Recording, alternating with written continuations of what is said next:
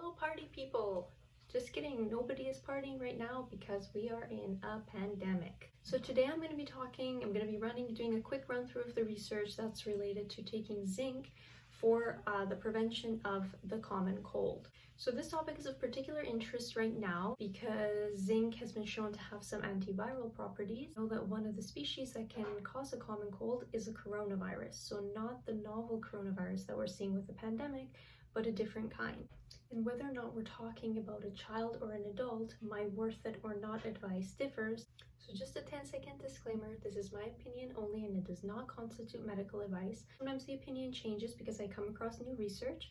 I will put that down below if that happens to be the case, and if it's changed, I'll put updated with the new information, and so you'll know if anything has changed since the making of this video. We're looking at the evidence for the average child or the average adult. What does that mean? So that means somebody without any medical condition, because typically, the studies that I'm going to be talking about, they exclude, children with asthma or somebody with a chronic immunodeficiency disease or somebody who has something like ulcerative colitis or any other medical condition. Okay, so in a study they did in a developing country, they gave a group of grade 2 children, so 7-year-olds, 10 milligrams of zinc per day for 5 months in the cold and flu season. And they saw that the children had one less cold, one less day of missed school, and less antibiotic use when compared to the group of children that weren't taking the zinc. So that's not bad, but we know that zinc deficiency is more common in developing countries. Now in a developed country, they saw less benefit.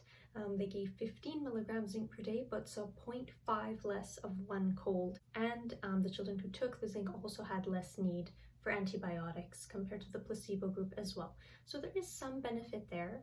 So I do think it's worth it for children in the context of cold prevention. Now I wouldn't do as high of a dose as those studies did. I just try and meet the recommended daily requirement. So for example, for 4 to 8-year-old, that recommended daily intake is 5 milligrams. So for children, taking zinc to prevent a cold, for your average child, worth it. These studies use zinc sulfate. So I found a liquid zinc sulfate supplement that I will link down either below or on the blog post as well. You don't have to use that one. You can use any, zinc supplement, but these studies use zinc sulfate. It can sometimes cause a little bit of nausea on an empty stomach, so give it with food and that'll help mask the taste.